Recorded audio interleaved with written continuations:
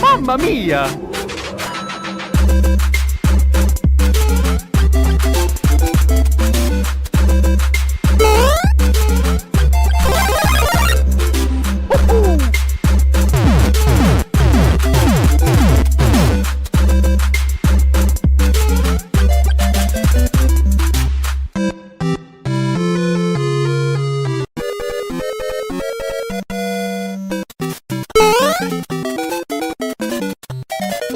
Mamma mia!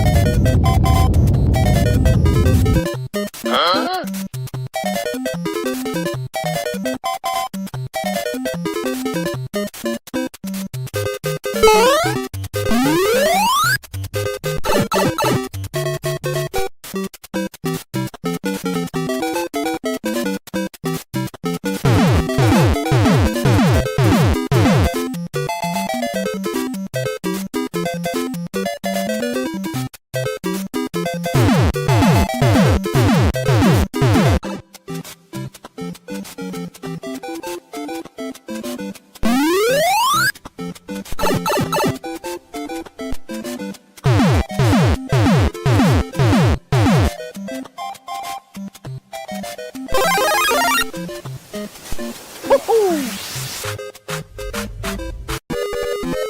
Nope.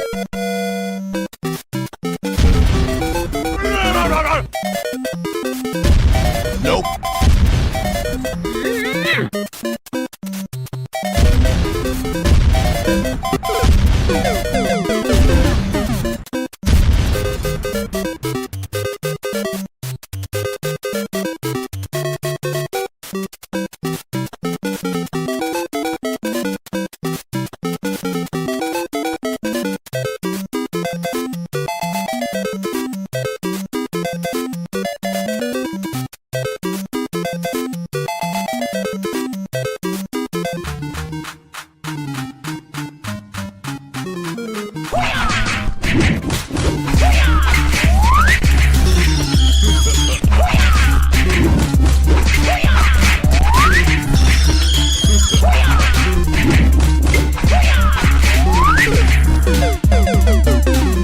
Mamma mia!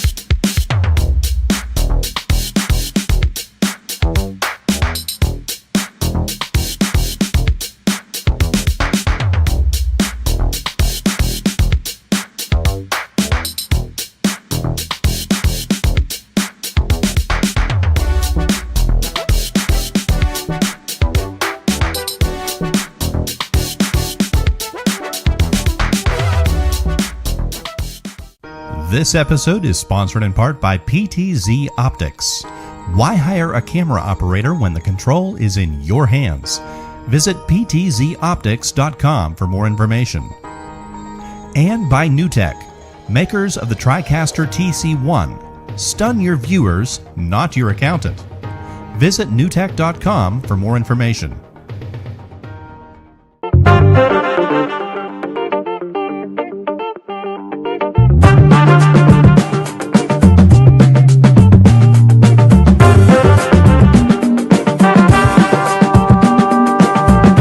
This is Jason from Retro Gaming Asylum. Welcome to the Game Masters. Got to stop talking about them now since we're live. We can't be talking about that kind of stuff. Oh, hi guys. Oh, yeah. See, there's no getting away from it. They're here. They're paying attention. Howdy, everyone. Howdy. We're here, and we've got some exciting news. A lot of you guys have been, dealing with the issue the last couple of weeks of not having the chat from Brandy's chat room. Well, now we have it. We have everybody's chat room.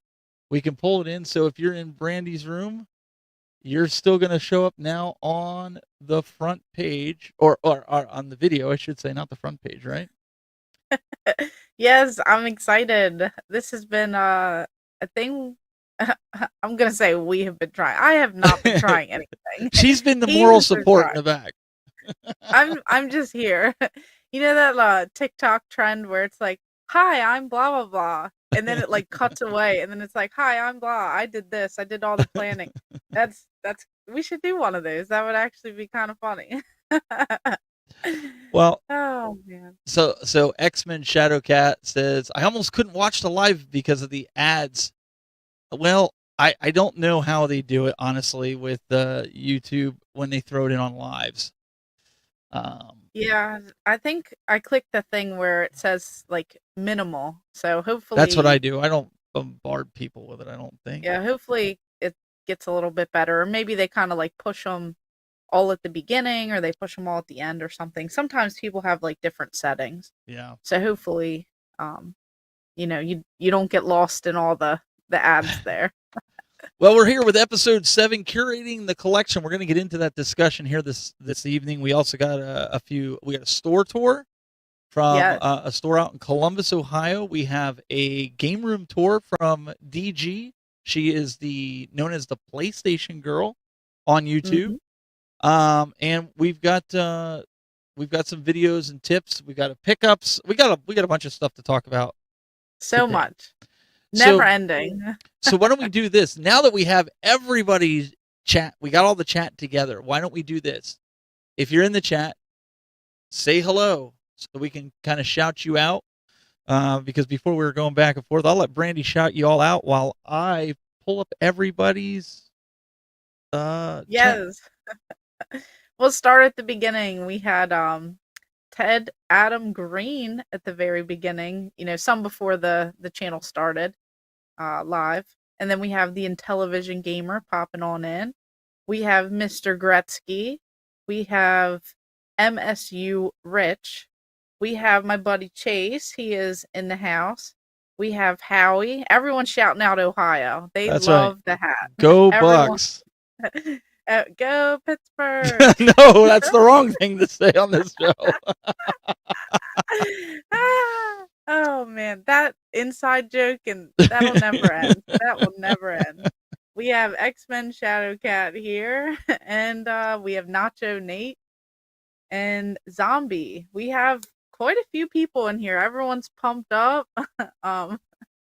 Everyone's saying let's go. Brandy hasn't learned her lesson yet with the sports team.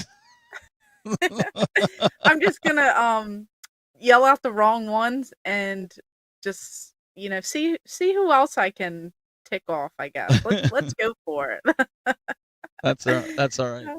We've got looks like we've got Chase and RRG also here in the chat room. He said, my brother played basketball for Ohio. And here's the other cool thing. I noticed a lot of you guys use emojis. Brandy, they put emojis. We now have emojis on their chats. Before we didn't have that. It was just kind of, it would like do the. Very cool. Remember, we had to try to figure out like what was that? It was like a period. Oh yeah, we were trying at one point. I just realized that. Look, there's a whole basketball. Yeah, so look, all that's coming through. From the bottom. Thumbs up. We're good now, and hopefully, if there's people on Facebook, if you comment, that would help us tremendously because then I can know if that's working. If not, that's something I gotta fine tune. But the main thing is the majority of you guys are on YouTube, so we want to make sure that we have everybody, so that you all feel like you're part of one big happy family here, and not two segregated chat rooms. So it works no matter what side you're on, right? We're all family. Welcome. So we were discussing this. We were saying, like, well, what are we going to talk about this week? And we started talking about the curating the collection. I know, Brandy, we got a lot of good feedback because not many people talk about this. But Yeah, sure did. A lot of people were like, they were so pumped for this. I know, some people have been messaging, and it's always something fun to talk about because it's something that everyone does a little bit different. There's different collectors, different gamers, just different interests. And I love hearing and seeing all this different stuff. one of the things, these guys are cracking me up with these emojis. Sorry. One of the things that we do have to start out with, though, we do have some news, and we're going to be brief with it only because I think it's a good discussion point, especially going into curation. So let's take to the news. Hi, this is William Jackson from Millennium Flashbacks. You're watching the Game Masters on YouTube.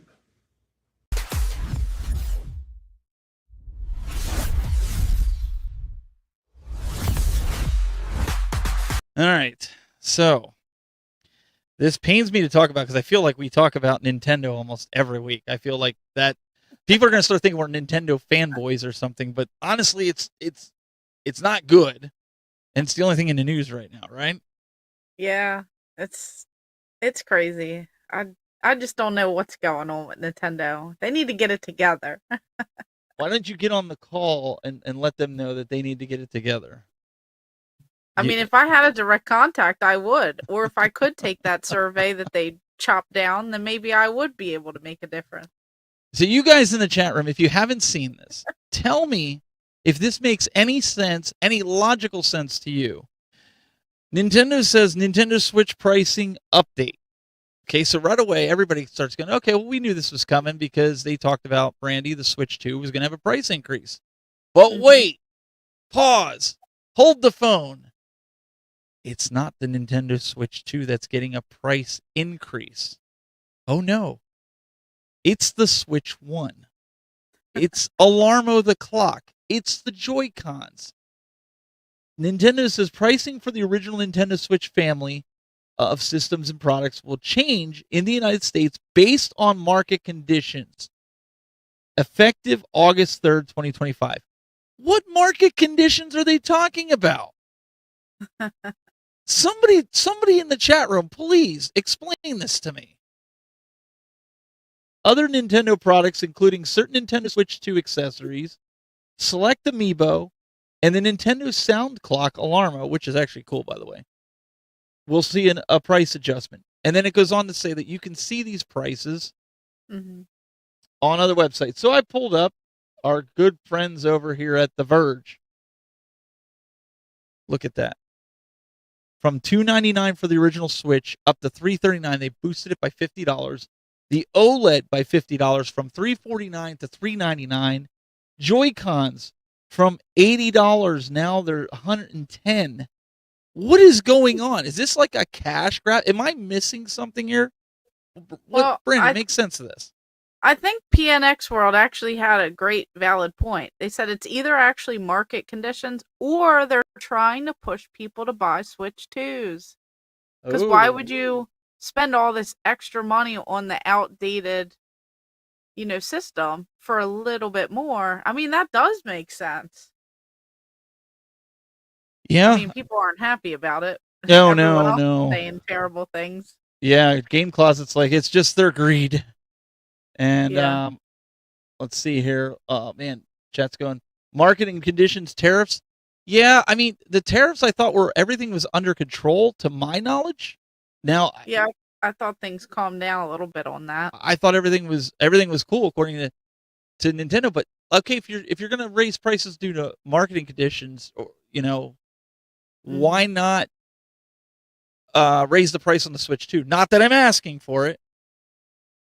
PNX World says because you can use the Switch 1 stuff on the 2, so it feels like they're hoping people go, I mean, I guess for $10 more, I'll just get the Switch 2 Pro controller instead. He's not wrong. Yeah. I mean, that does make a lot of sense. That's why we love having y'all in the chat, because you guys make a lot of sense over there. I mean, a lot of the consensus here is Nintendo's being greedy. DG says that as well. She says they're being greedy. X-Men Shadowcat says this doesn't help new consumers buy new Switches 2s, even anything. It's only going to make people buy the one really fast. You know what though, Brandy? If you were buying a Switch right now, $100 difference, you're going to buy the latest and greatest now. Yeah. You're not going to buy a Switch. I don't see you doing that. The OLED, right? Unless like parents and stuff don't know any better and they want a cheaper option just because they, get a little confused. I mean, I don't know if it was like this at your house, but everything in my house was a Nintendo. Didn't matter if it was Xbox, PlayStation. Go play your Nintendo. Where's your Nintendo? Well, to be fair, I mean, that was kind of like, do you guys all remember, not the iPhone, I'm holding this up, but the iPod. Everything was an iPod. It didn't matter if you had an MP3 player. It was an iPod, right? Yeah. I don't know. It's just interesting that they would choose now. I would have thought they would wanted to do that way back before the Switch 2 actually launched, right? Because we already know the Switch 2 is the number one selling console, blah, blah, blah, blah. Yeah. Why wait till now? I guess. I think because all the heat that they're getting, with these lovely key cards and oh, right. all this stuff going on. I mean, maybe this is another tactic. I don't know. Oh, don't get me started on the key card thing. You'll get everybody all fired up here in the chat room with the key card thing. Yeah, let's hear it. What are your thoughts? Everyone bombard the chat. Well, the good news is I think you mentioned earlier in the beginning of the show here that they had a survey, but they pulled it down before the majority of us could actually fill it out. Yeah. So I wonder how bad that survey was coming in. I was just going to say, like, a lot. It sounds like Nintendo is going to change for the good, maybe in 2026, that we're not going to have key cards. Maybe it's going to be full games. That's what we all want, right? Mm-hmm. I mean, that's what I'm hoping, because all of us crazy people that collect physical media, and we all know, with discs and stuff, like, you always have to download the updates, the patches, all that stuff.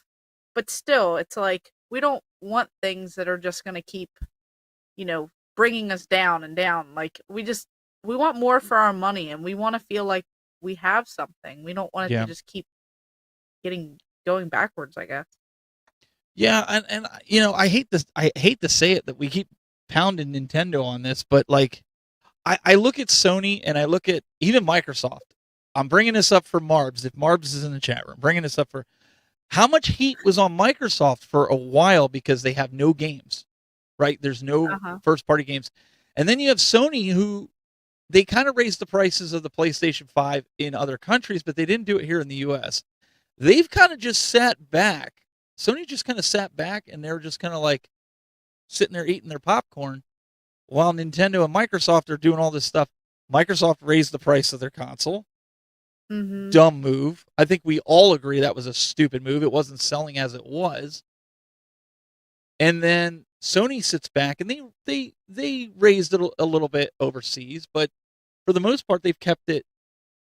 They've kept it good. And I'll be honest, I pretty much play the PlayStation 5 more than I play anything else. The Switch is kind of my go-to on the run, on the go, or on the couch. I love my Portal. I know there's probably going to be haters out here that hate the Portal. I really love the Portal, as long as you have the highest tier of PlayStation Plus. But yeah, I don't know. I think Nintendo's cutting their nose off to spite their face. Is that the saying? I don't know.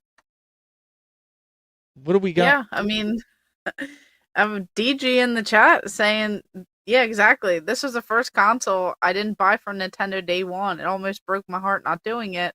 But after seeing this mess, I'm not as sad. And I mean, I feel the same way. I was there for the Switch, the original Switch. I remember waiting in line.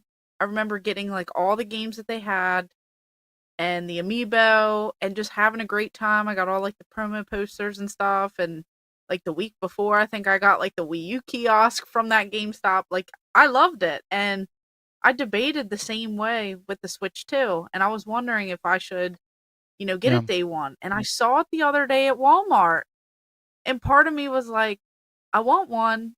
But then I walked away. And I was like, yeah, maybe I could wait. Let's talk about this comment right here, because I think this comment it tops it all. It's all Duggan games. Nintendo has been overreacting to the piracy. I mean, out of control. Can we say that? Yeah. Can we say that they're not overreacting? They are out of control, banning systems. You don't even own it. Yep. Now I own a Switch too, so I can say this. I don't even own it. I paid for it, and they can brick my system. What does it matter what I do, Brandy? If you want to hack it, you should be allowed to hack it. Yeah, it's just crazy. So much that I've heard with, people, and no one wants to buy like a used one. You can't go on Facebook Marketplace and get them. Like, you're afraid to. Like, I get there's some issues and stuff, but that's not really helping the good of the people who want the system just to play games and such. There's always going to be bad people, and there's always going to be people who do bad things, but I feel like we all shouldn't be right, in trouble for that. Well, that's what I said. Like, we shouldn't be grouped with those people. Only good people follow the rules, right? Isn't that how it goes? You make rules that the good people follow, the bad guys don't follow. You know that the bad guys don't follow the laws. Yeah, exactly. So, they're lumping us in with the bad guys. So I don't know. We're gonna kind of be following this. We don't want to take up the whole show talking about Nintendo and news with it, because I know there's a lot of people that are just sick and tired of it. But I was kind of curious just to get your thoughts on it, Brandy, as somebody who doesn't have it, and to hear what the folks in the chat room are saying about it, right? Yeah, I mean, it sounds like everyone's like very similar on, what I've been kind of going back and forth on and teetering, and I think at some point I will get one, but I feel like I also just want a little bit more games, because I want new games. I want the console exclusives and things like that. So I know in time I'll get one, but I just kind of want to know what I'm getting into fully before I invest some money, Yeah. I mean, right now I only have 2 games that are kind of the exclusives. You have Donkey Kong and Mario Kart. Everything else has been remakes. And don't get me wrong, I've been enjoying the remakes, but does it justify the price tag? And that's what everybody's asking. Does it justify me going out and spending $500? Listen, I had to buy 5 of these suckers day one. I didn't have to. I did it. My kids wanted it. My wife wanted it. And we got one for my daughter's boyfriend, and I had one. It was an early Christmas present. So I bought 5 of these.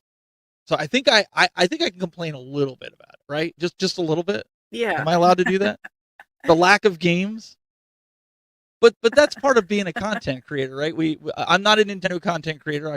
I do everything, but it was one of those things, like, I felt like, at least for us, for party games, Brandy, like, we play as a family. It's awesome to sit down and play Mario Kart as a family with the new features. But to somebody that is playing by themselves, they're probably sitting there going like, why don't I just play Mario Kart 8 and be happy?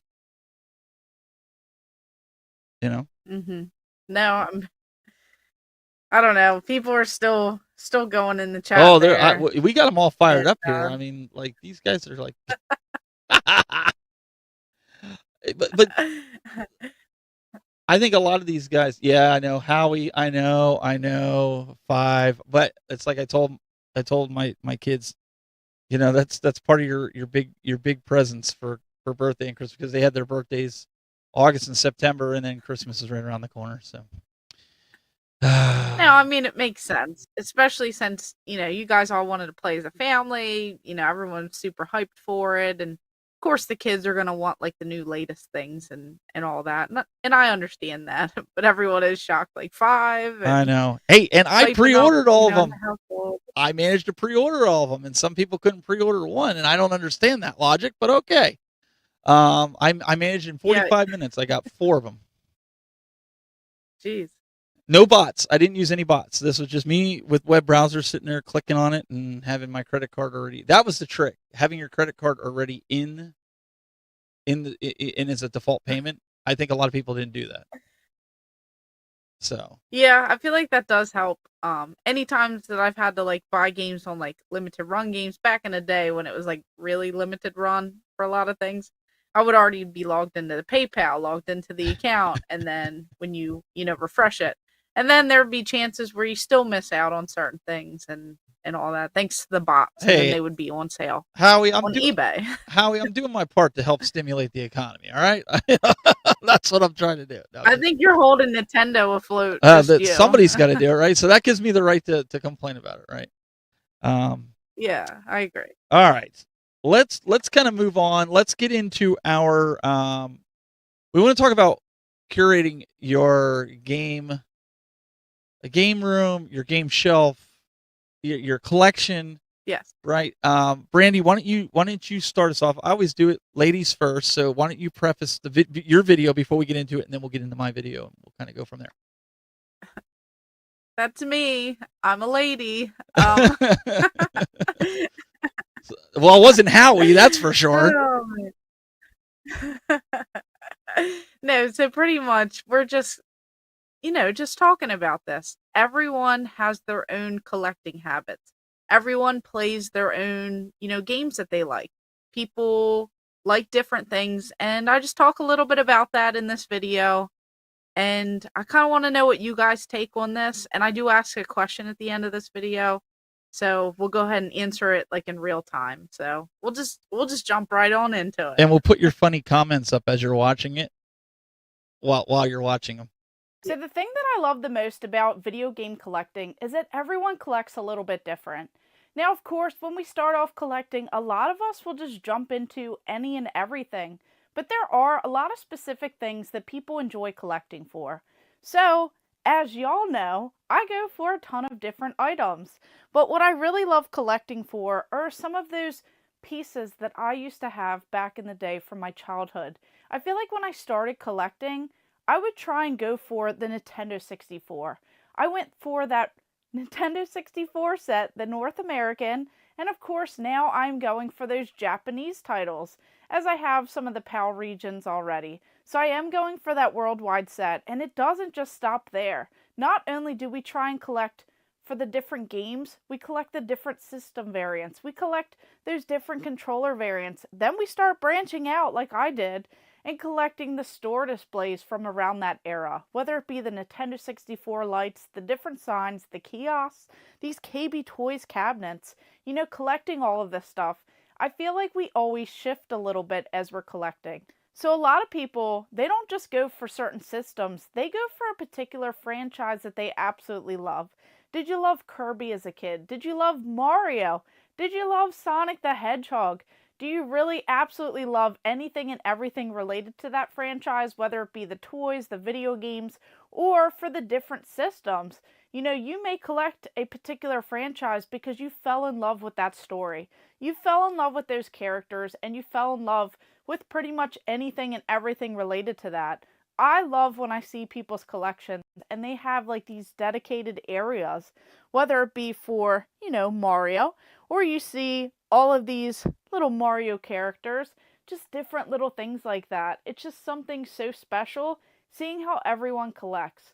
Not everyone has this crazy amount of space, and when you do start to run out, you start to limit, you start to shift, you start to see what works, what doesn't work. People will end up taking some of their items and they'll just go ahead and trade them in for something that they really absolutely love and that they enjoy.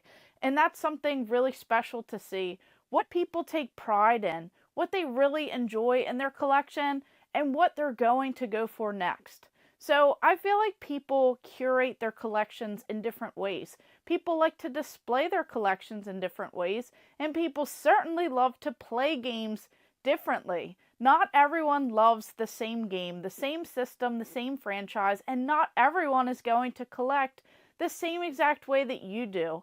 Now, me and Tech Buzz, we might be a little bit different than the average person. We're going for these full sets. Now, I know there are tons of filler games. There's that shovelware. There's all these different things that people say. But I certainly love to, collect different things than what everyone else is, because I may enjoy that game, or I may remember that game from back in the day. Is it the best game in the world? No. Did I have fun with it? Absolutely. And do I want to make my own opinions when it comes to some of these games? Yes, I do. And that's what, I especially love. So even though I'm going for some of those lesser titles for some different sets that I'm going for, like the Super Nintendo, the Nintendo Entertainment System, the GameCube, and obviously the Nintendo 64 already, several others as well. But it's really just something that I like to do. And not everyone has to collect and play these games the same way. Not everyone has to do this. And that's what I absolutely love. I love seeing different setups, different spin-offs of how people collect and how people play. And I just really think it's spectacular on how people take pride in their own collections, how they kind of narrow in, and how things change over time. So I just want to know, how do you guys collect or even curate your collections? Do you gather a bunch of items and then trade them up towards something that you want? Do you kind of focus in on those different franchises, whether it be a particular character or different type of game? Do you love, some sort of like every racing game or every action game or every shooter out there? What do you especially love, and do you care about the different consoles, the different systems?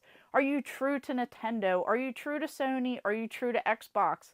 Microsoft. I just want to know, what are you true to? What do you enjoy collecting? And how are you different than some other people? I just want to know. So definitely let us know as you're watching this, and we'll go ahead and talk about that. I don't know about that one. Yes. Stephanie was sitting there saying that you were cray. I know. I'm just laughing. Go sit down. No, but no, I mean, it kind of just depends. I feel like everyone does shift. We had a really great, a lot of great comments, but your collection will change over time as your focus changes. Yeah, that was a really And good I feel like comment. that is true for a lot of people, because it's like when you first start out, you just start like buying literally everything, especially if you started at a time where things were super cheap. So, of course you're going to go ahead and do that. And, it's just crazy, because I feel like over the years, it's like you start to lean into what you really enjoy. So I know someone was asking, when you're collecting like this, do either of you play each game you bring home a bit, or does it so much come in, it kind of gets put on the shelf? I mean, it kind of just depends, really. Like, obviously, when you bring some things in, you might want to test some things out. Sometimes I do, like, you play little clips of things. And then next thing you know, if you do buy a lot of stuff, you kind of do just put it on the shelf. But, like, the goal is to try and play as much as you can. That is the goal. Yeah. It's just always hard, because there's, like, never enough time. And Because we're grown-ups. We're adults.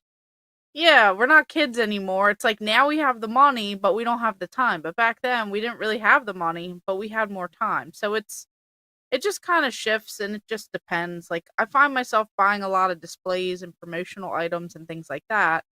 So, I mean, I'm also going for like full sets. So like I say one thing, but Because you it's cray. kinda like, yeah, it's kind of like we're going through everything. It just, you want to test as much as you can, because you don't want to keep buying broken stuff.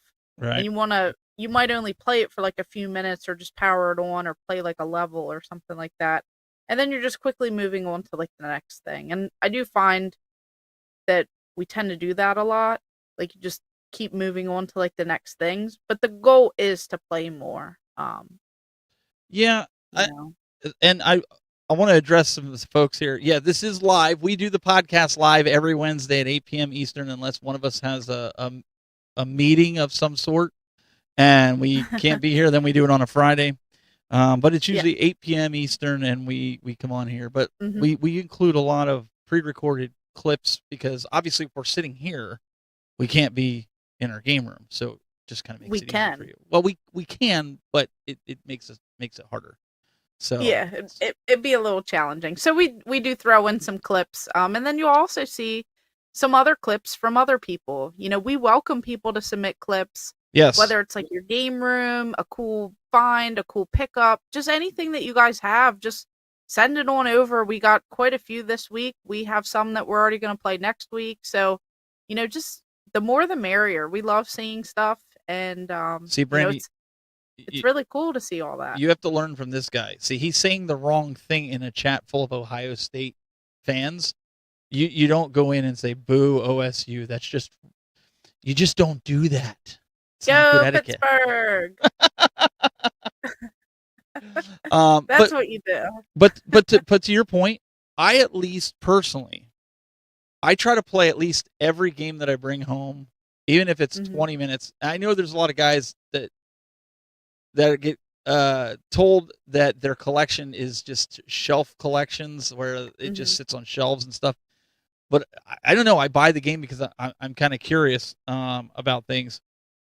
I put together a little bit of some tips too, going through like kind of my mindset when collecting, of what I do, and we'll come back and we'll talk about this a little bit. So check this out here.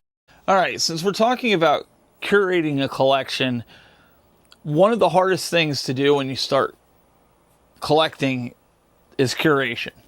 When I first started collecting, I sort of had an idea of what I wanted, but I also went through the process of, it was around 2018 when I really started getting back into collecting again as far as consoles and games, that I was going out to pawn shops, Goodwills, you name it. I went out there and I would buy anything. And the reason I would buy anything is because it was so cheap.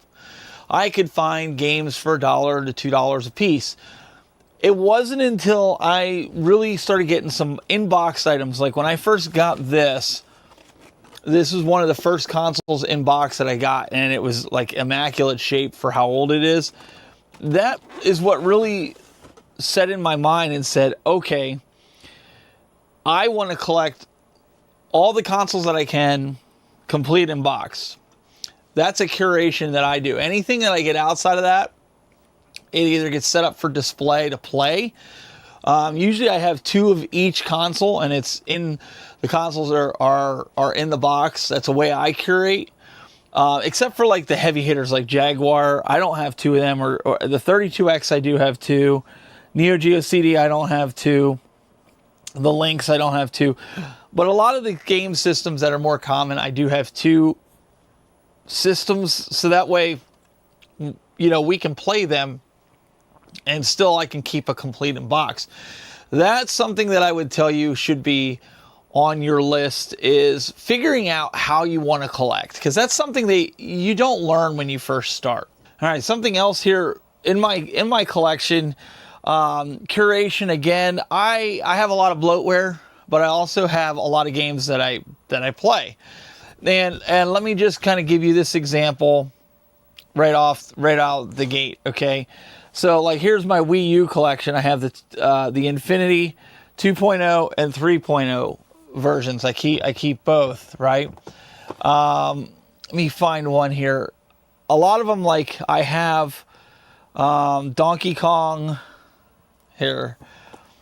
Like I have Donkey Kong Country Tropical Breeze, but I've got 2 copies of it. One is open, you know, to play. The other one's sealed.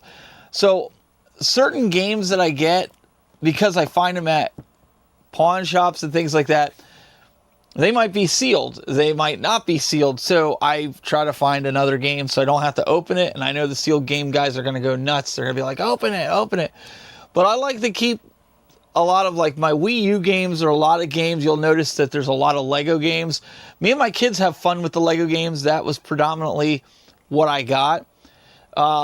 With the Wii, it's a scattering of games. A lot of it is whatever I could find for 50 cents. You know, my GameCube collection here, a lot of them are heavy hitters and some bloatware. PS4, that's the most widely found at the pawn shops. So I have a lot. I have a mix between bloatware and I would say my bloatware in my collection is probably 10 to 15%. The rest of it is like hitters, which isn't bad. It used to be a lot worse, and I've gotten rid of a lot of it, which brings me to my next tip, is knowing when to get rid of some of the bloatware. Like I ran into a problem where I have no room for anything. What I mean by that is I kind of pack this room to the hilt, but you can see some of this stuff like this I got this for $10 and it's sealed. How do you turn that down for a collection? It might only be worth 20 or 30 bucks, but it's something, that I have in the collection. But a lot of these games here, they're either sealed or they are, pretty decent games, I would say. And, another thing is some people, they want to go for a complete collection. Like I'm going for the complete North American collection of the NES. So, there's a lot of bloatware in there with the NES. Same with N64. I pick them up at yard sales. I pick them up wherever I can. I try to get them cheap. A lot of the games that I have are ones that I wanted or I found.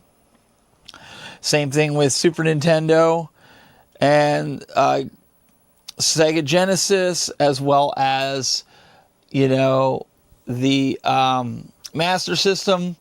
Game Boy, I got a lot of games that I wanted. 3DS is all games that I wanted.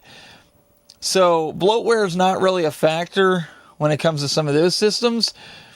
When it comes to these games over here, like I can find Xbox One games, Xbox 360 games. I can find them pretty much at pawn shops for 50 cents to $1. So I don't really care what they are. I usually buy them unless they're a sports game. I don't really do a lot with, I don't need 5 different sports games. I play more of the modern ones anyways. So with the PlayStation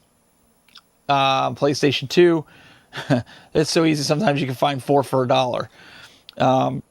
When you start getting into the Atari games, I have some probably bloatware Atari games. And the reason for that is, well, I got most of my Atari games for like 10 cents a piece. So you can't really complain with stuff like that when you have that. Like I said, since we're talking about curation, the biggest thing to do is if you don't have a lot of room, I have a room dedicated to this. I actually could, get rid of some of my arcades in the other room and dedicate that room to it. The biggest thing that I would tell you is I would suggest finding what you want to collect. What are you passionate about? Not everybody has the room for all the systems that I have. Not everybody has the room for systems and games to be on display. Find out what you want and curate based off of that. Don't curate based off of what somebody else thinks or what everybody's saying. If somebody says, oh, well, why are you buying retro? Retro's dead, but you really love retro. You go buy retro. Do what makes you happy and curate based off of that. What you might think is bloatware, I might think is actually really good and vice versa. So keep that in mind. All right. To Stephanie's point on there, she was eagle-eyeing my graded game. I don't really collect graded games. That game goes for $175 to $200 graded at a 9.9. Don't ask me why. We all know it's a big. Anyways, I got it for $30. Okay, I'm just putting that out there. That's what I paid for the graded game. I got it from a local guy here. He wasn't even a game collector. He just sold, like, as he called it, pop culture. Okay. Okay. So I got it for that, and a lot of the games, like, how do you pass up 10-cent Atari games or like some of those sealed games? Like, I don't want to open them because I'm getting them for like 50 cents to $1 a piece. Like, are you going to open them? Exactly. I feel like when the deal's there, you just do it. You figure it out later. Like, you're not going to pass up on, like, if you already have multiple systems of things and they're like a couple dollars a piece, are you going to keep passing them up or are you going to trade them towards something that you really want or whatever? I feel like you kind of just have to like weigh the options there. I'm like you are right now. I've been holding on to a lot of stuff that I've been getting, and I know DG, she'd be thrilled with some. Like, I've got some sealed PS1 games in the collection, and they're good games. They're not trash. All because I found them at pawn shops and stuff that people didn't want them, and I sit there and I go, Yeah. Like, I got Castlevania. It's not sealed, but I got the Castlevania. I think it's Symphony in the Night. I think it is the PS1. Which one am I thinking of here? Anyways, it's a PS1 game. It's not greatest hits. It's like an $80 to $100 game. Either way, I got it so cheap because this stuff is like out there. Yeah, I feel like especially like good games too. Like you really cannot just pass up some of this stuff. If things are super inexpensive, I feel like just do it. Figure it out and then maybe get it to someone who really wants it. Maybe get something in a trade, Well, yeah, towards something that you want. that's the thing too, right? You get it in a trade, or you give it in a trade. I've already said I'll get rid of all 30 arcades out here before I'll get rid of the games. But you notice some of the people stated earlier about they don't want to put their stuff in a storage area, and I kind of agree with that. Like, is that your idea of curation? Is that you take the stuff that you don't want to play and you put it in like a storage facility or storage locker?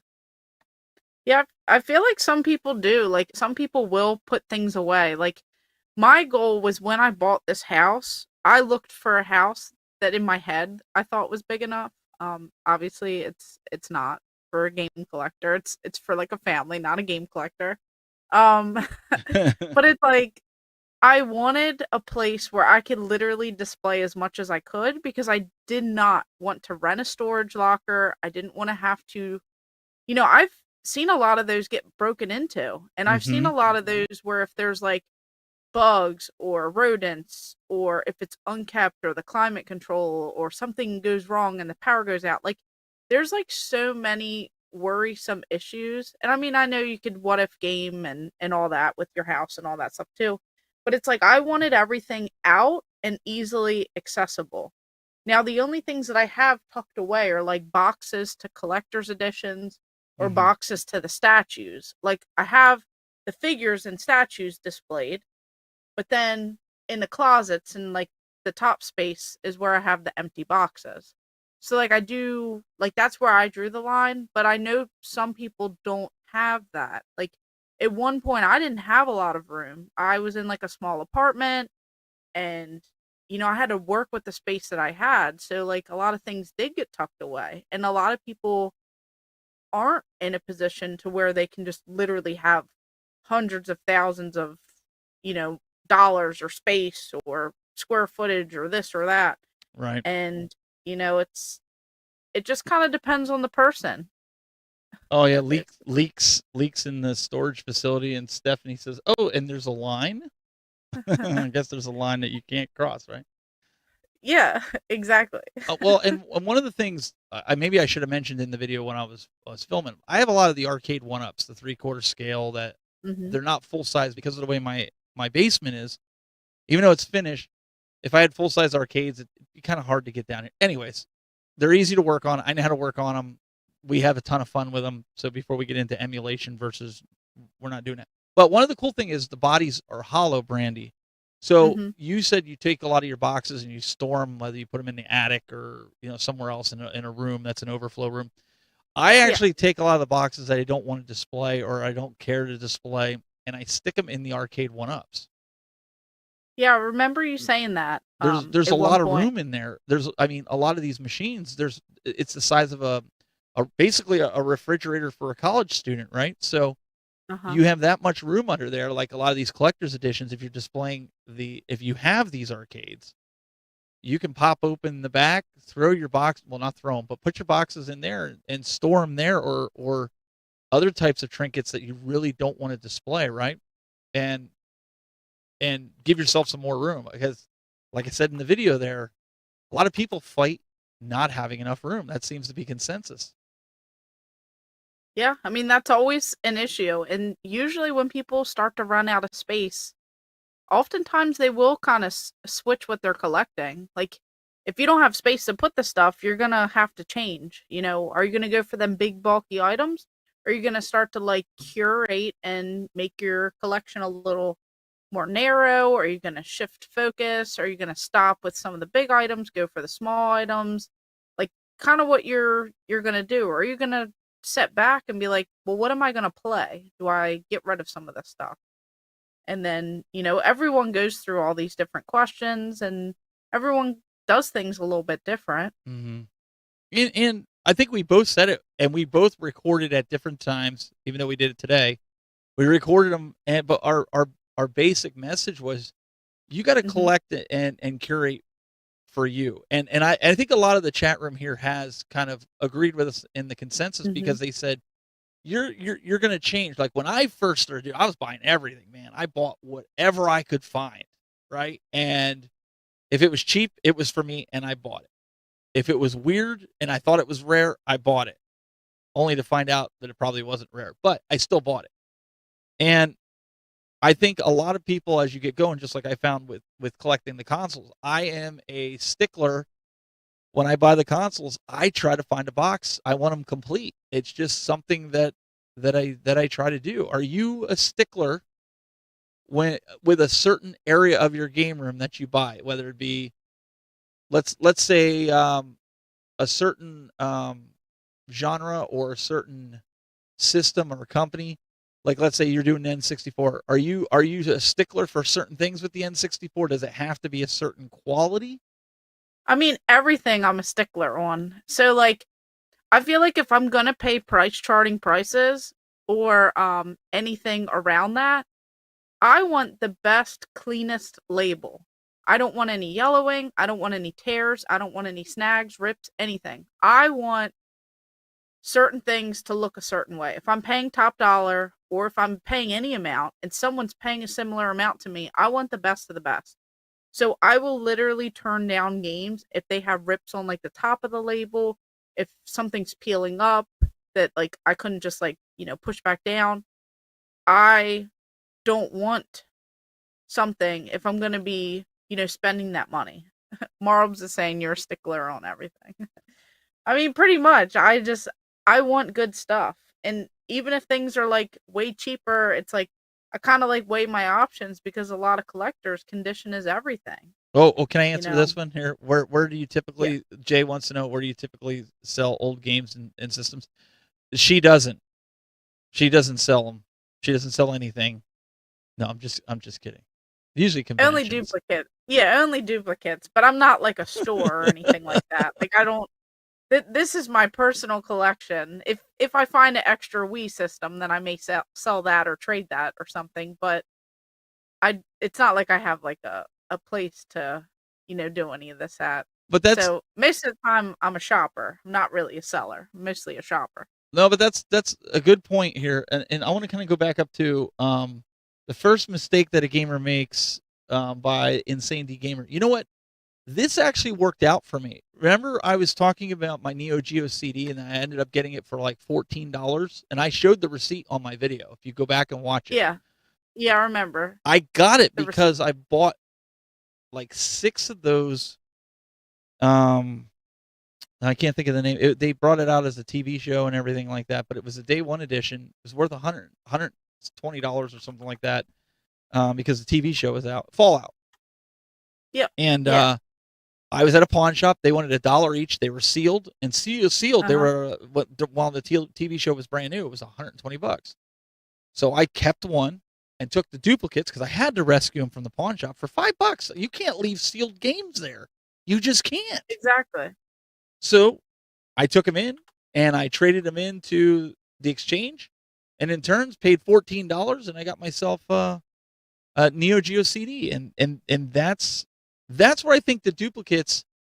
That's kind of how I got started with the Wii U, because for a while there, Brandy, Wii U was hard to find, and it was starting to get like GameCube, like it was very sought after.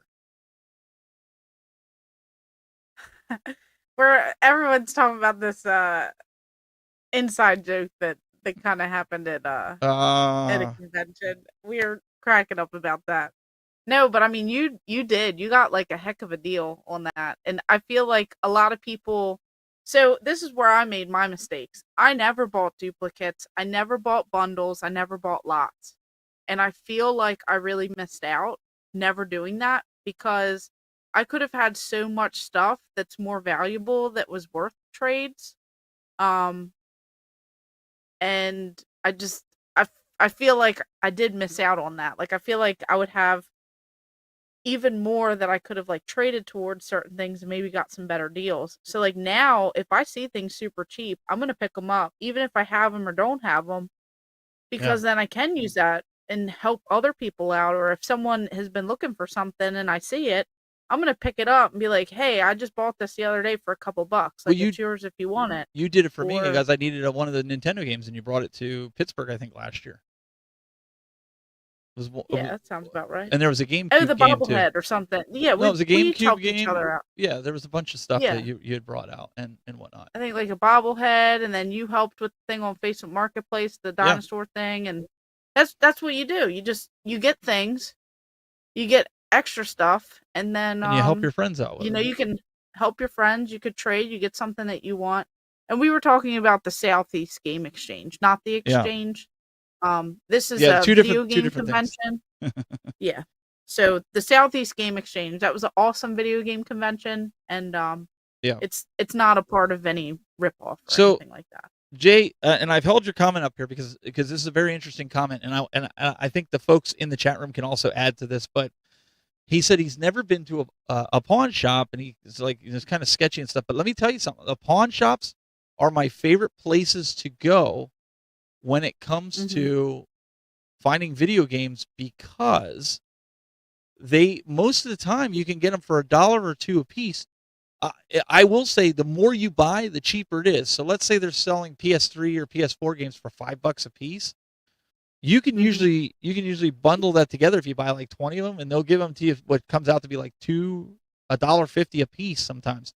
And that's honestly where I've gotten a lot of my collection. I've gone in and bought them. Man, I've bought them and they're good condition. Now you do got to watch. There are some in there that are kind of trashy, like Brandy said. They got stuff missing and stuff. But then there's also stuff where people didn't know what to get or where to go with their collection and sell it. They're only buying them probably for 50 cents on the dollar. I've gotten PlayStation 1 games sealed from pawn shops for 50 cents. I know DG's in the PlayStation. You need to go out to pawn shops too. You'll find some good stuff there. You know, Daryl ended up giving me a really good deal at Pittsburgh last year for the PlayStation with the screen on top for the PS1. Oh, nice. Yeah. So, I mean, you just gotta go look.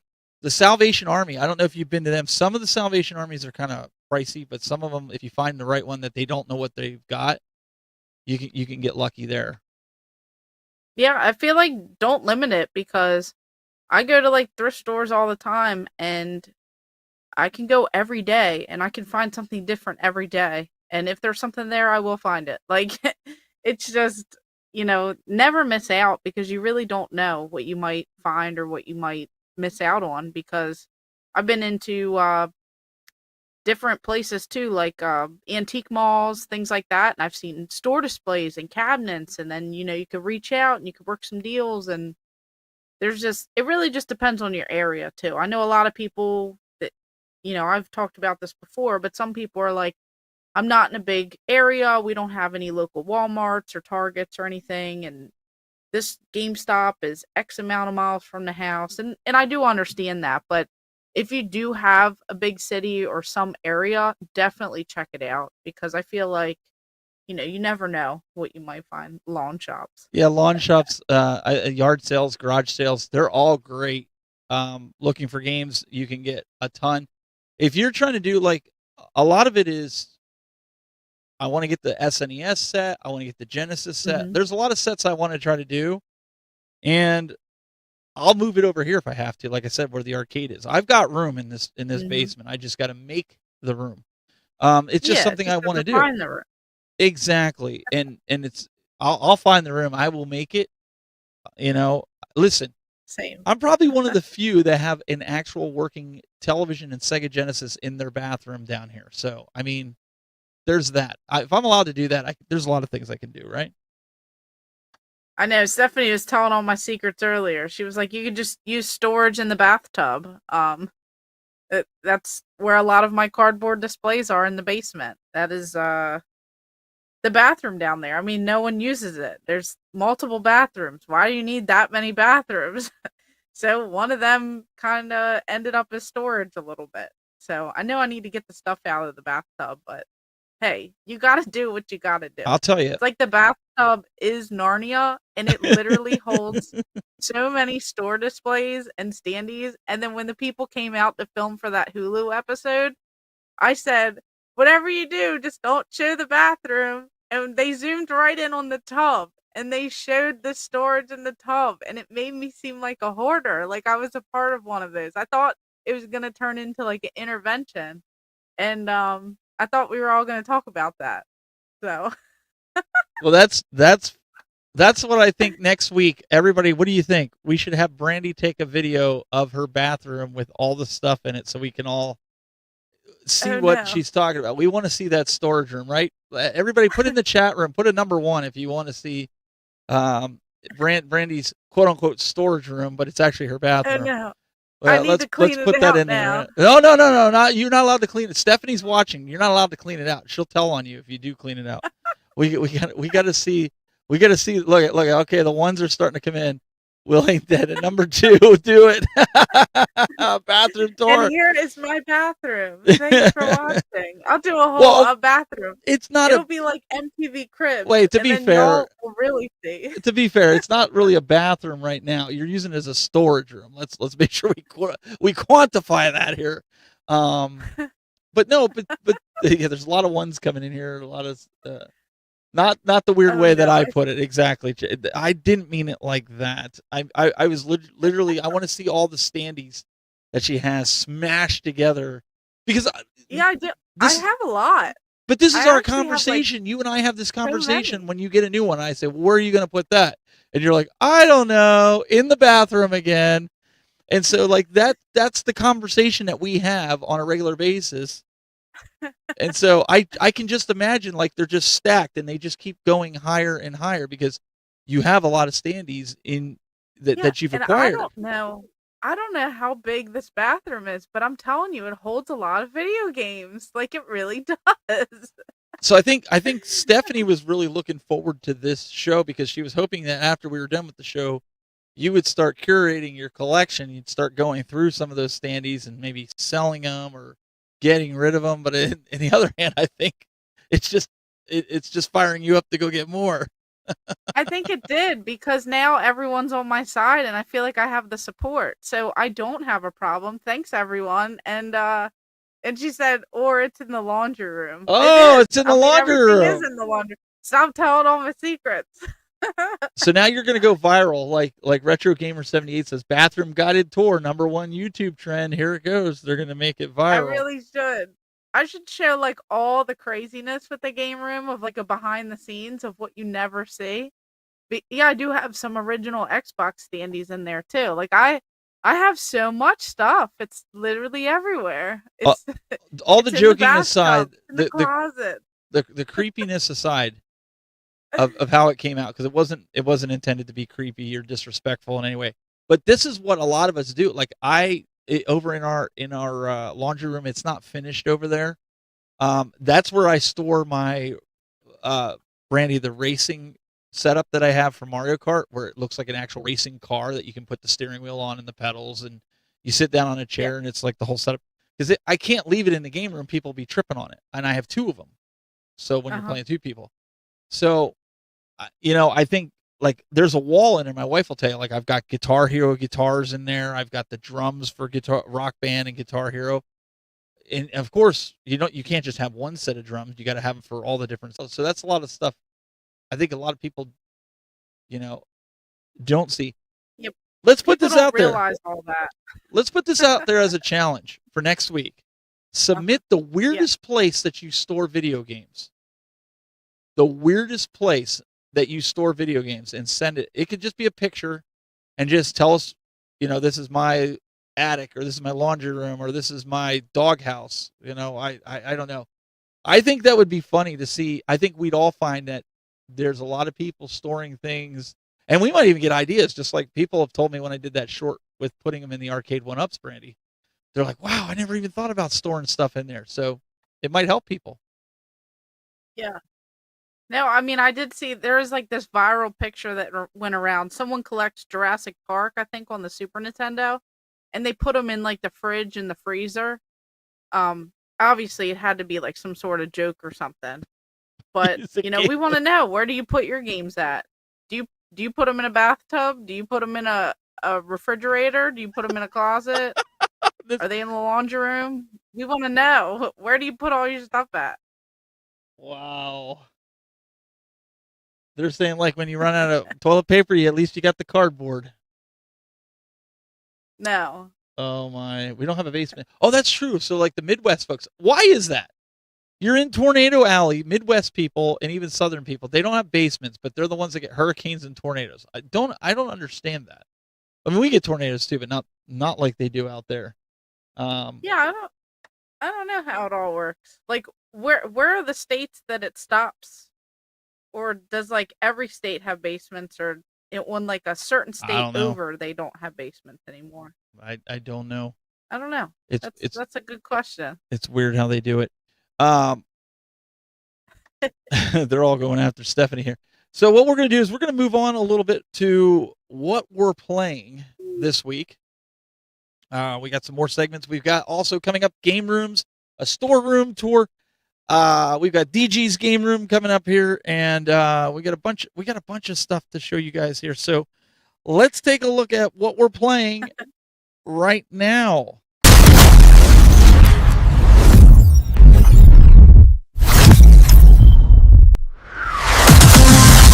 All right, Brandy, you're up first. I'm gonna play the video. What are we looking at here? True Lies? Yes. So this is True Lies. So actually, you guys should check it out. Shameless plug here. My most recent YouTube video. I actually stumbled upon this as on a whim. Like, I wasn't even planning on going out here. There was a toy show, not a video game convention, but a toy show. And they put on a couple different events every year, and they put on a really, really, really big one, and then this one, which was like a decent size, but it's like a much smaller scale. So I decided to go out there, and I actually stumbled into this Super Nintendo game, and the people didn't have that many at their table, and this is one that I actually needed. So I got a pretty good deal, I would say, on this. I don't think it was very much, but I actually do like it because you could shoot like the 8 directional.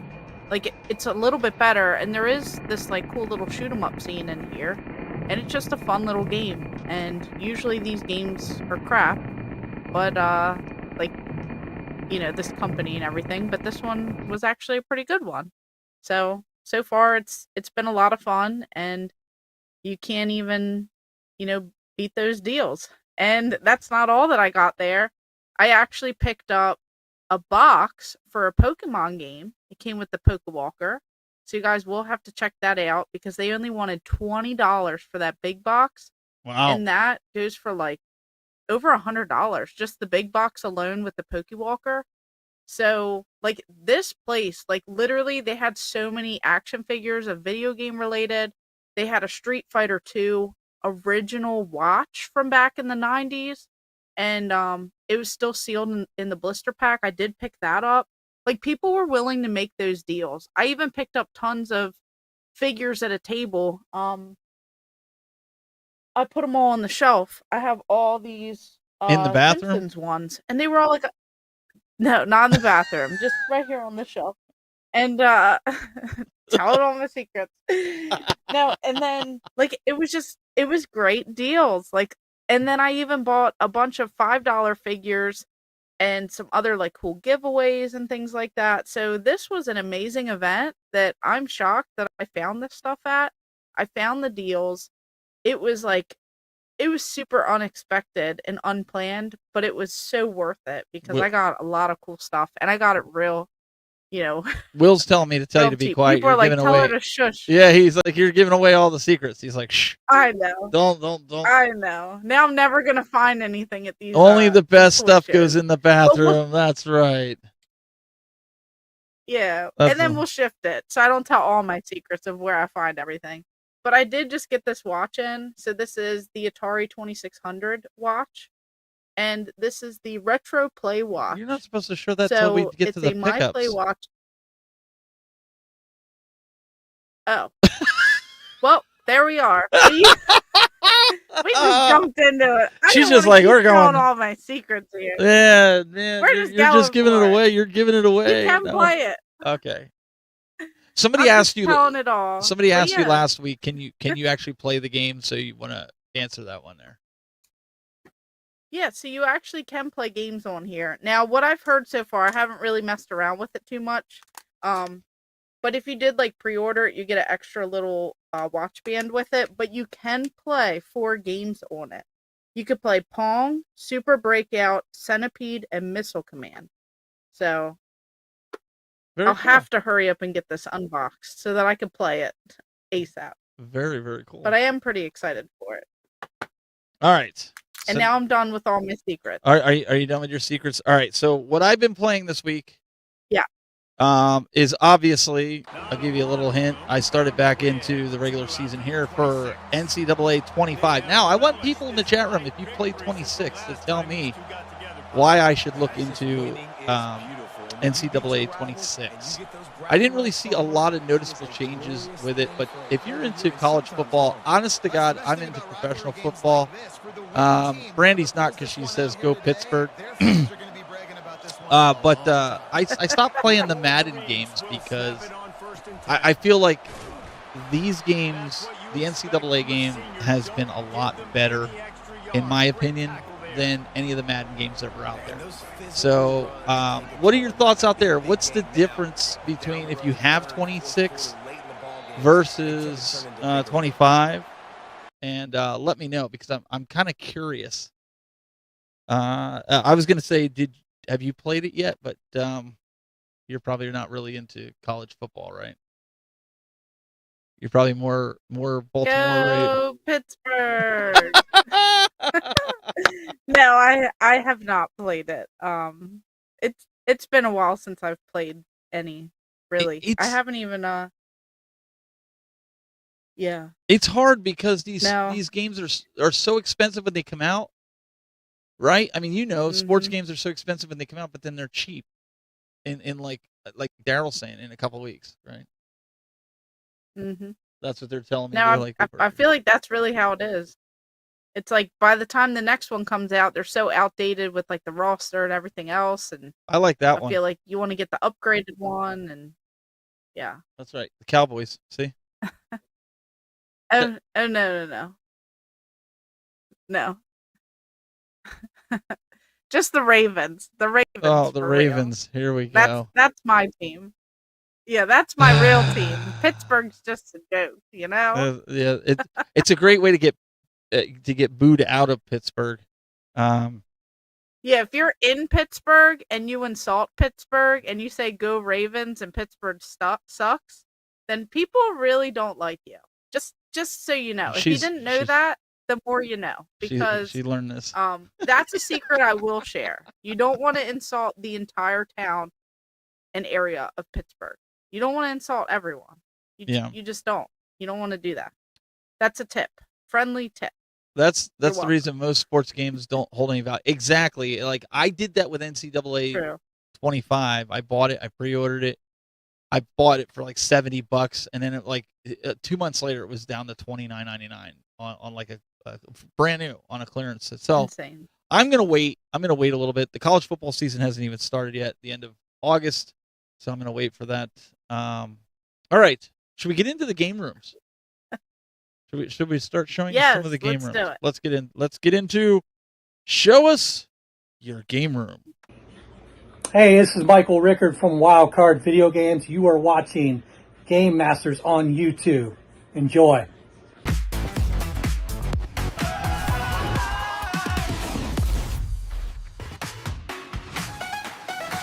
Yes. All right. So, the DG sent this in. This is her game room here. She didn't do any commentary or have any music on it, so we're going to kind of show. She is the PlayStation girl after all. Brandy looks like she's got a vast collection of PlayStation, right? Yes, literally everywhere. It's all PlayStation. I love that right there. When I saw that, I was like, wow, that's a display I do not have in my bathtub. I would love to add that into the collection. How did I know you were going to say you're going to put it in your bathtub? I love this. I love the way she did it with the white, and then she has the multitude of colors changing where the different boxes are different colors. Like, I so want to change all my shelves now to white because of that. I got one of those for the back of my TV. I think it looks really cool. Yeah, I like the colors. I like how they pop there. I really do like that. And then this. I mean, just the whole wall. Like, literally just goes on for days. It's so many PlayStation games. Now she's going for the full set. I'm curious if she's still in the chat room. I'm curious to see, has she accomplished the greatest hits yet and got all those, or is she just strictly focusing on, you know, the whole collection as a whole? I mean, look at it. It just keeps going and going and going. And I like the big box too. Like I like those you know, like Grand Theft Auto and stuff. They had like the little collector's edition. Crash Bandicoot, they had like the collector's edition, where it's like the thick cardboard box, and then you have the different, you know, games in there. I do like that. I did see a couple that she had, so I'm just curious, like, is she trying to get as many variants too? Yeah. Just trying to grab all of them. How many are there? I know there's quite a bit. And what the count is and all that. It's And she's been definitely insane to see. she's been curating her collection, Brandy, by getting rid of stuff that she's not playing for that PlayStation. Because there's, I mean, obviously there's some hitters in there, which I think is really, really cool. Yeah. To be able to, you know, like, she knows what she wants, she knows what she's keeping, she has limited space, you know, and so she's using the most of that space from what we've seen in the video, right? Yeah, and it's something that she appreciates and she values and she loves, and that's, you know, that's what we all want. We all want stuff that we enjoy. We don't want to just buy stuff that we're tired of. You know, it's we want the good stuff. We want the fun things that bring us joy, that bring us something, you know. So I do like seeing that. I like seeing how hers is very specific and unique to her, and it's amazing. I mean, there's just so much in there, and there's things that I haven't seen, and you know, it's really cool to see all that together. Now we're going to show a video, and this is courtesy of Marbsman in the chat room. He visited a store out in Columbus, Ohio, and he shot the video. He has the video in its entirety, so if you missed part of it, you can go back and watch it on his YouTube channel. But take a look at the store, and if you're in the greater Columbus area, or if you're out there for a convention, check it out. Hello, I'm Chris Sebastian from Play It Games, Movies, and Music, serving Central Ohio with 3 locations. You are watching Game Master.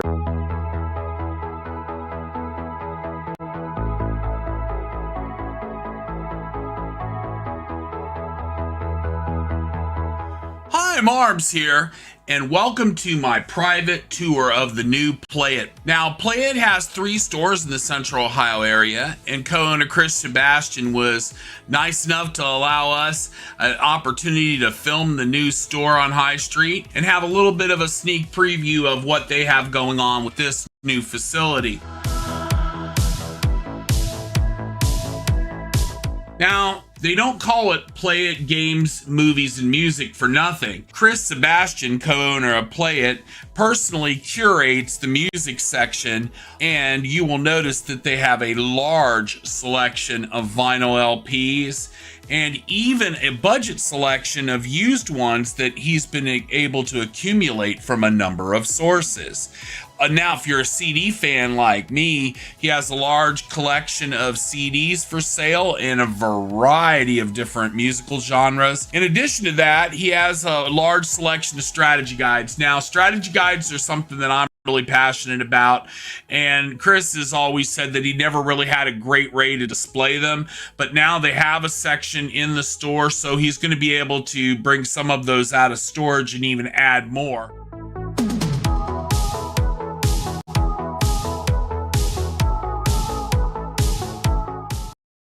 The pop section is legendary here. Chris takes a lot of time and effort to bring in the latest pops to make sure he's got the old ones.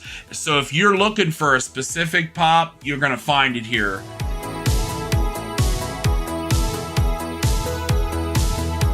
Now we'll look at the Sega section. It has a huge Sega section. Dreamcast, of course, Saturn, Genesis. They have all the different various consoles for Nintendo. In addition, they have an entire Switch section, which is up in the front of the store.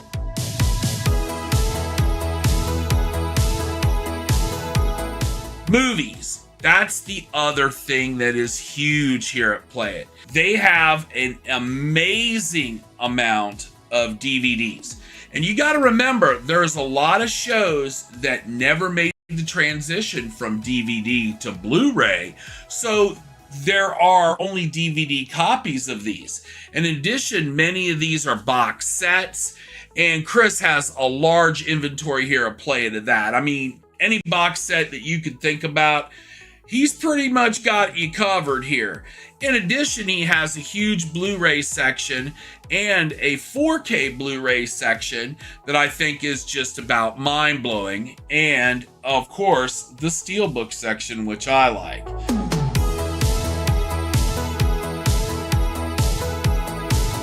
One of my favorite areas of the store is the retro games section. Now, the retro games section has all of the other consoles. What kind of consoles? Well, it has it all.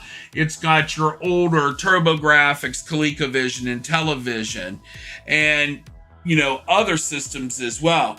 I'll tell you, it is one of the largest selections of Intellivision games that I've seen in quite some time.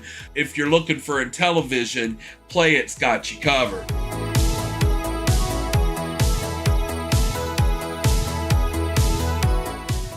I gotta tell you, physical Switch is something that I have dabbled in. I wouldn't say I'm passionate about it, but I do enjoy the Switch titles from time to time, a lot of the shmups and things. So certainly I have an interest in these titles, but you'll see collector's editions, imports, just all kinds of Switch, and that's pretty amazing. Behind the counter, up on the shelves, you see some of the rare things that Chris happens to have for sale. And then we see what I like to call the high dollar cabinets. The high dollar cabinets, they have it all. 2600, Super Nintendo, GameCube, Atari, all of the PlayStations, PlayStation 2, PSP, PS3, PS Vita, all of it. And the latest titles too. Chris does stock the latest games as well. So you don't have to buy at GameStop if you don't want to. I mean, obviously, Play It can help you with those as well. As for Xbox, it has one of the best Xbox selections in my city. Normally, if I'm looking for something for Xbox, I will start by asking Chris if he happens to have it. And that's one thing I think it's important to tell you. A lot of people ask me, what is the best tip you could give me for finding the good stuff, the rare stuff, the stuff I'm looking for to fill out my collection? And the answer is, make friends with the retailer. Because if you support an independent store and you're making friends with the retailer, who do you think he's going to text when that Xbox Halo exclusive or that one-of-a-kind game that he knows you've been looking for comes in? That's right, it'll be you. And that's important. And I think the new store is really great. I love the white shelves. I love the look. I love the feel. I think you will feel right at home here. And you will find that it is a great place for you to shop for all your video gaming needs. My name is Marbs. I want to thank Chris Sebastian and the staff at Play It for allowing me to film this video. And I would strongly urge you to play them a visit in person. I'm sure they'll have something that you can walk out the door with. We'll see you in the next video. Now subscribe for me.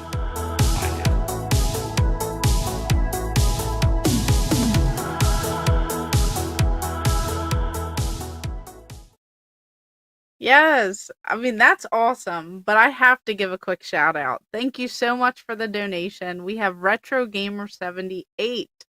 Definitely awesome of you. Really do appreciate that. And a perfect time too, because this was a store that we actually went out to.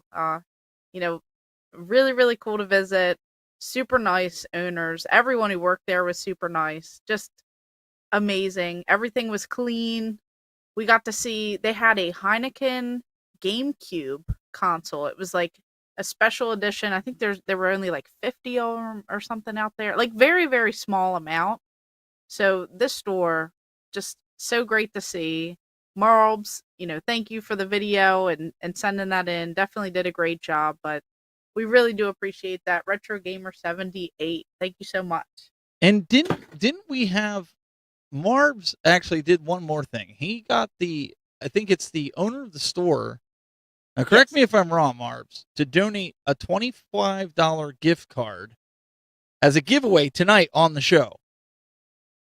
And once we get a winner, we give that to Marbs. Marbs gets it to the owner of the store, and then he sends you a gift card. So when you're in that area, or I don't know if he does online sales, but I thought that was really cool. Yeah. To be able to do that, right?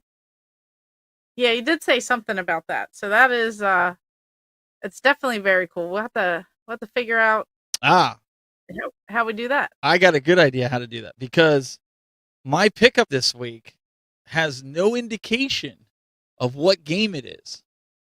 Okay? Until I actually physically show it on camera.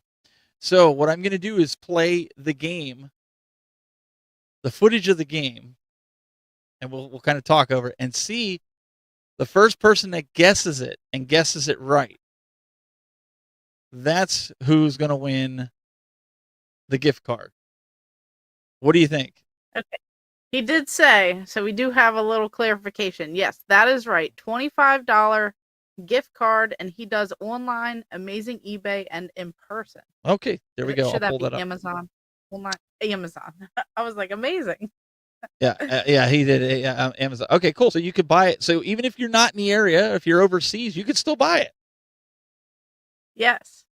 So everyone get ready. We'll make sure that everyone's ready to go. Everyone get your typing, ready to go.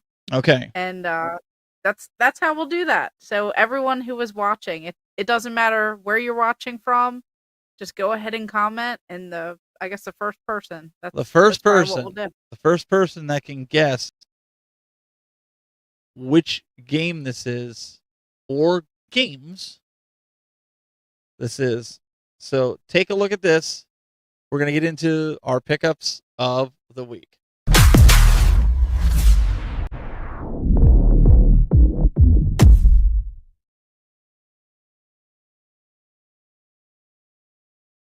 All right.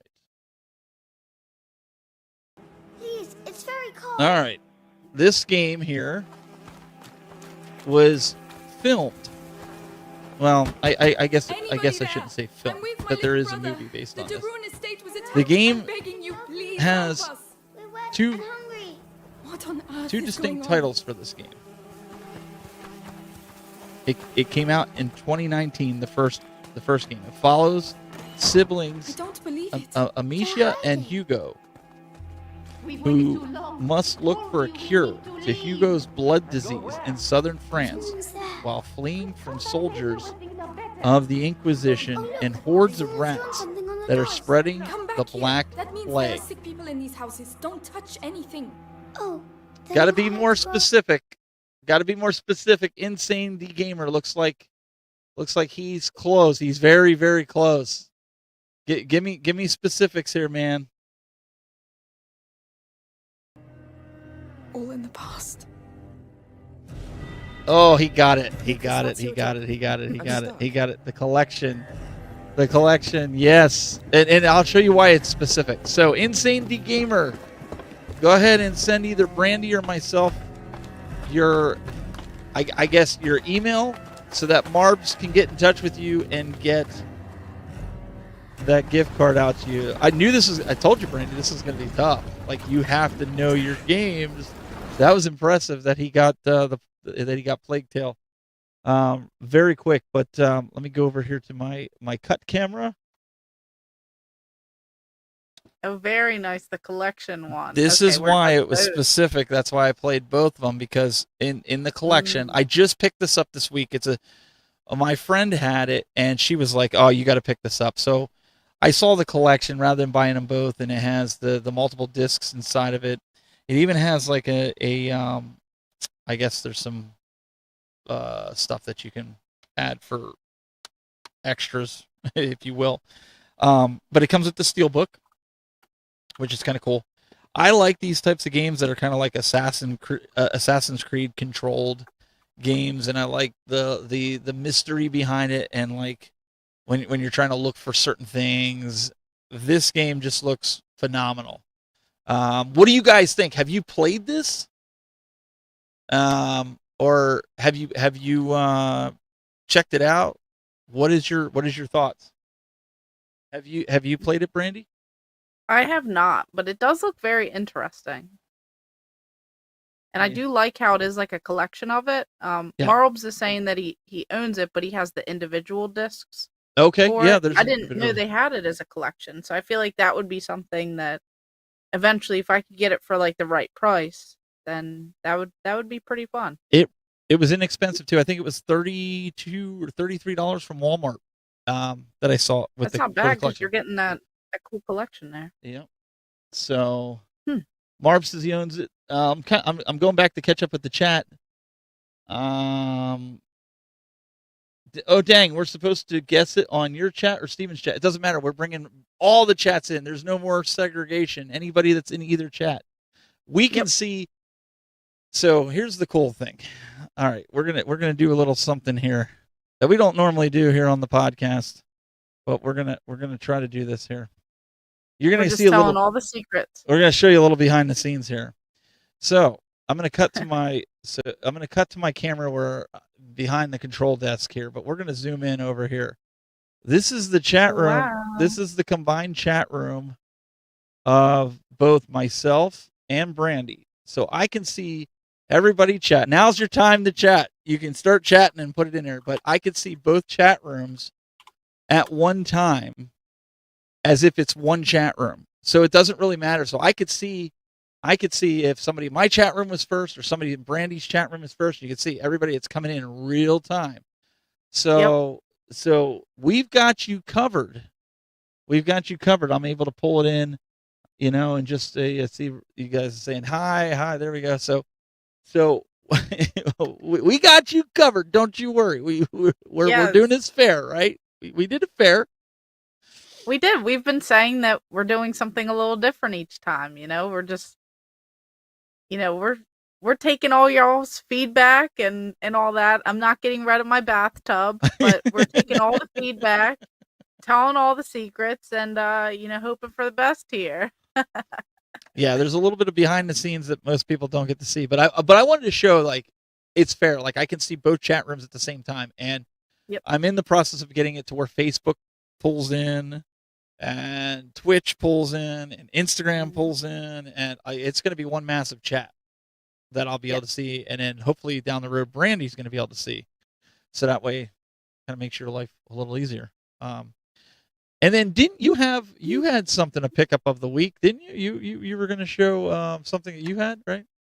I sure did. No one has saw this ever before. This is brand new.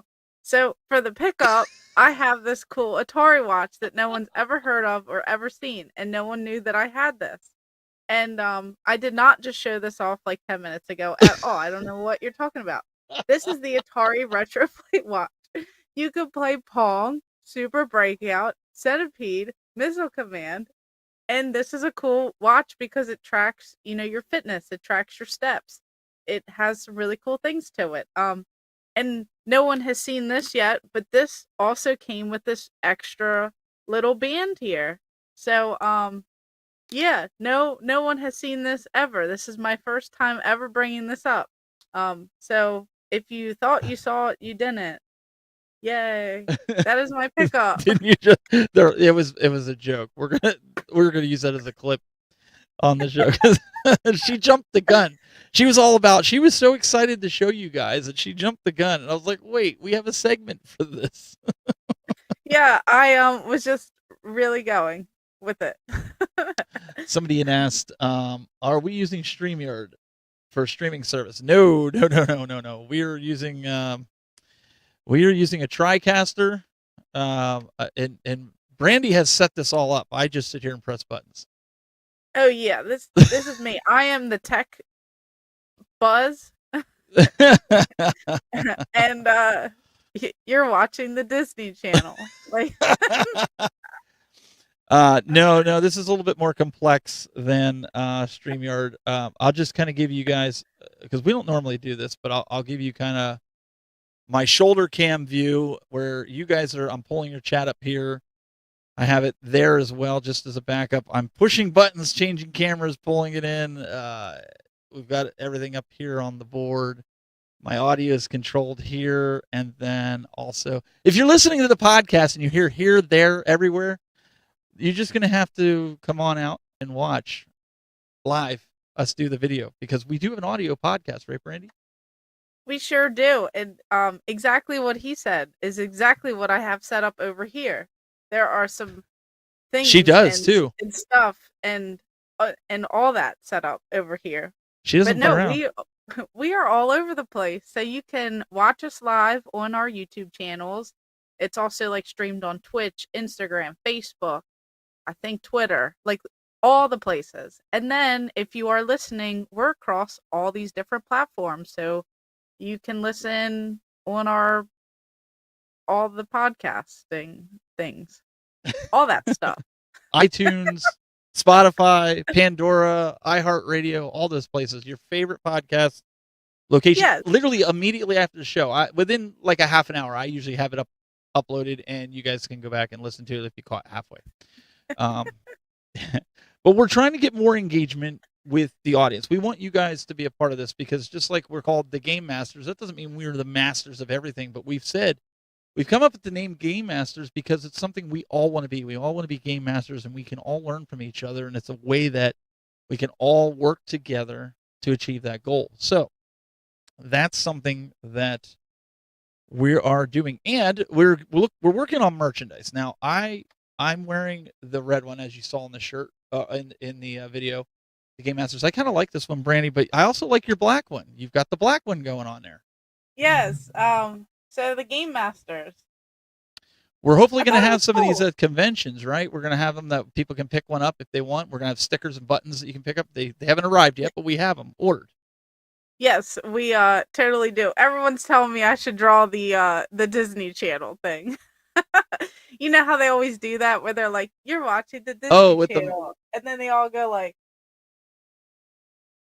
and like it never looks anything like it. It never looks like the mouse. we But like got to get you set somehow up with a telestrator. That way, it actually shows up on the screen, and people would. I think they'd get a kick out of that if it we looked like awesome. totally should. We should do our own little thing. It didn't even look like it, but we should. We'll have to get better at that. But no, I do love how like the merch and stuff is turning out. So it's a little hard to tell, but like this is bright. Like this color is pretty bright. I know you've been wearing them in videos. I've been wearing them in videos, and things like that. But definitely we'll have some on hand at some of the, conventions that we're out at.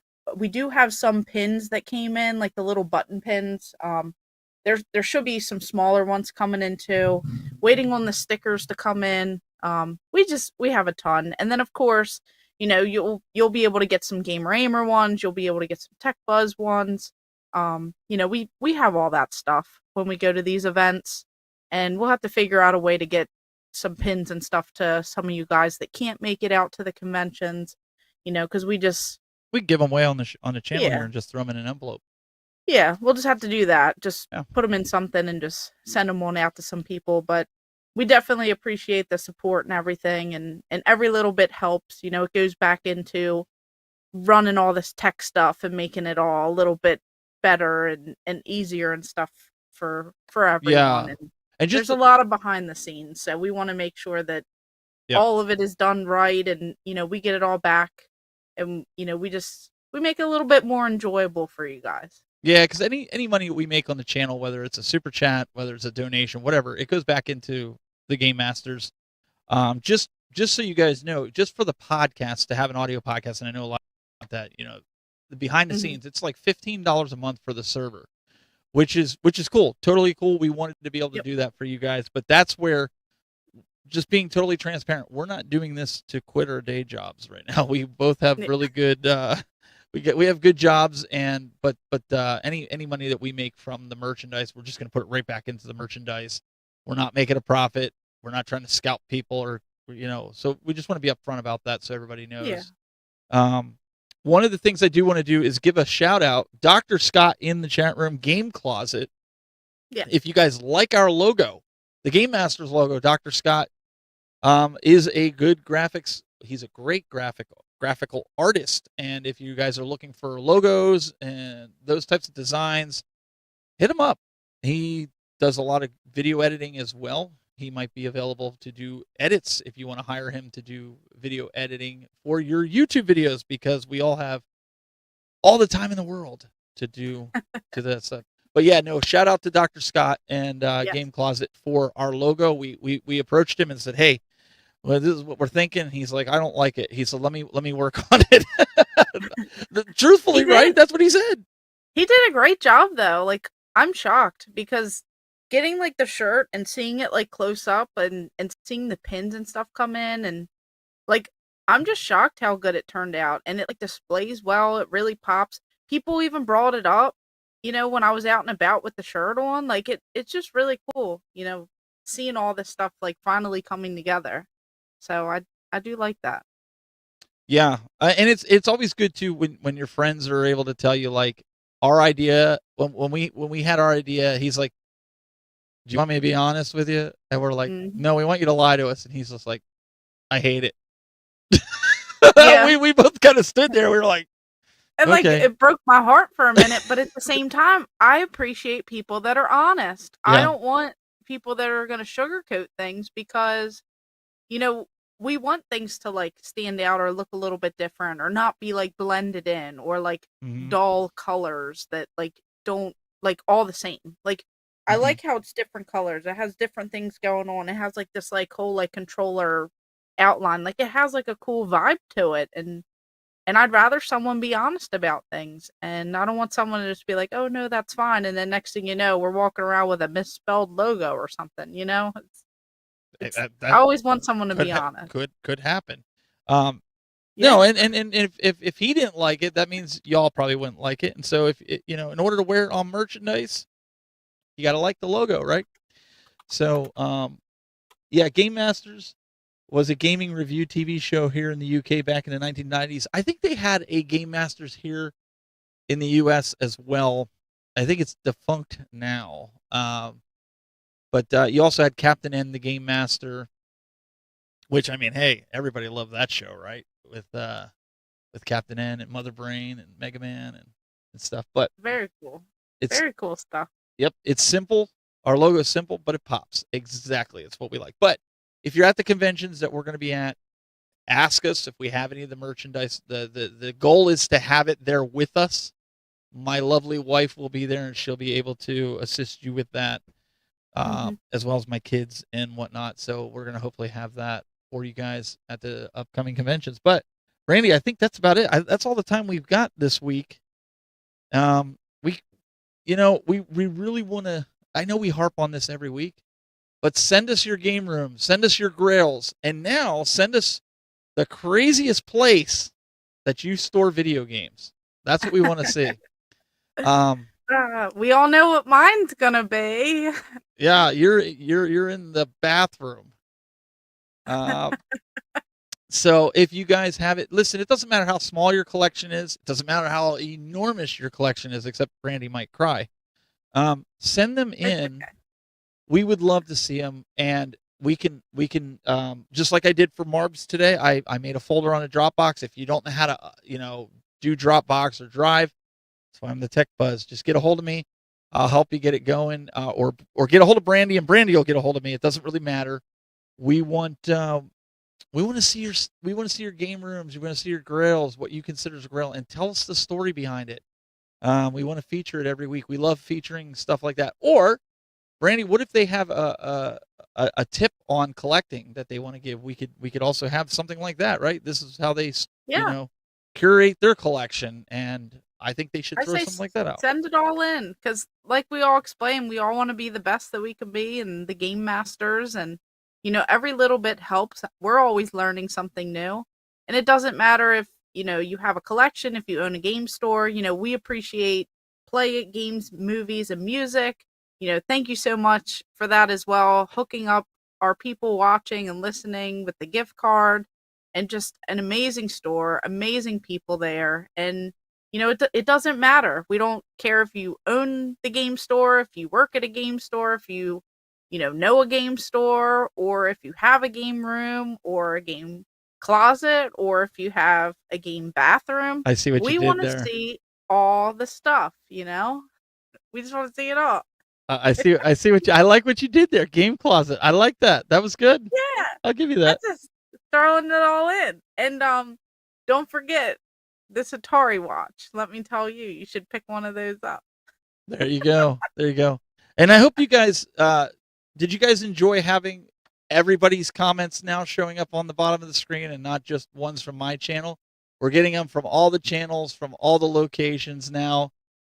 I don't know, Brandy, it really made us feel like it was like a community show. At least for me it did. What do you think? I had a blast. It didn't feel like an intervention at all. I felt great. Like this is a lot of fun. Oh, so you were expecting an intervention. Oh, well, that's something we're going to have to think about no, I'm just kidding. If Stephanie's leading the charge, right? With an intervention. No, I appreciate everyone. Everyone's complimenting me. Y'all are too much. You guys are too great. We Thank definitely enjoy the comments just keep coming. But it feels cohesive. That's awesome. Yeah, it feels like it's one. And the people on my channel, they don't get to see what you guys are always saying. So it's great to have that. And you guys don't always get to see what the people on my channel are saying. So I think having this, and I'm pulling up, we're not like other shows where you have to pay to get your chat heard. We want everybody to feel included here. Like that's not what it's about. We want to have everybody included. That's why we're pushing it. Like, hey, if you have a channel, this is a great way for you to get exposure too. Not that we're like the biggest people on the YouTubes here, but get other people exposed to your game room, to your YouTube channel. Send in the videos. That's what we're asking for. Like it's part of being a community, right? So yeah, I agree. I think the more the merrier. I like having everything pop up. I feel like even I can see everything because like there was a time where I couldn't really see what was going on. So I love it. I feel like it's great.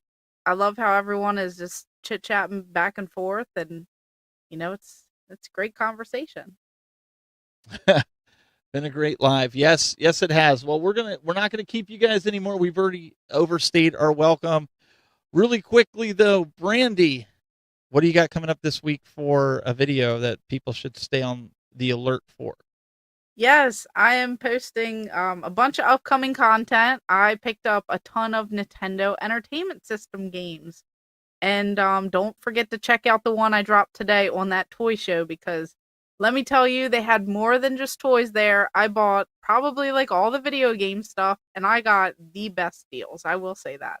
I think I got the better deals than everyone else. It was it was pretty crazy, the stuff that I stumbled into. I mean, a Pokemon game, like the big box with the Pokewalker for $20, when Wow. the box by itself goes for like over 100, like insane, to find that. Like just crazy. So you guys have to check that out.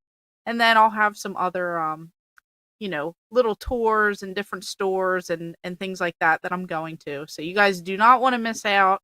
Plenty of stuff coming out, and make sure you're following both channels, because he has some awesome stuff too. He just did some cool stuff in a video that I don't even own that stuff yet. So it's always cool to see that. So make sure you guys follow both of us and just check it on out.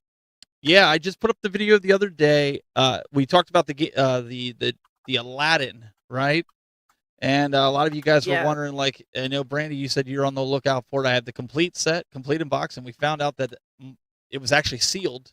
Broken seal, but it was sealed. Go check it out. Check out the video to see if that's something that you would play. I'm not going to spoil it, but is it really that bad? That's what I called it. So go check that out. Guys, we'll be back next week, and we'll have a whole new topic of discussion, and hopefully you guys are here to get involved. We'll be back same bat time, same bat channel, 8 o'clock Wednesday, East Coast time. Be there. Brandy will start rapping if not. Exactly. See you later, guys.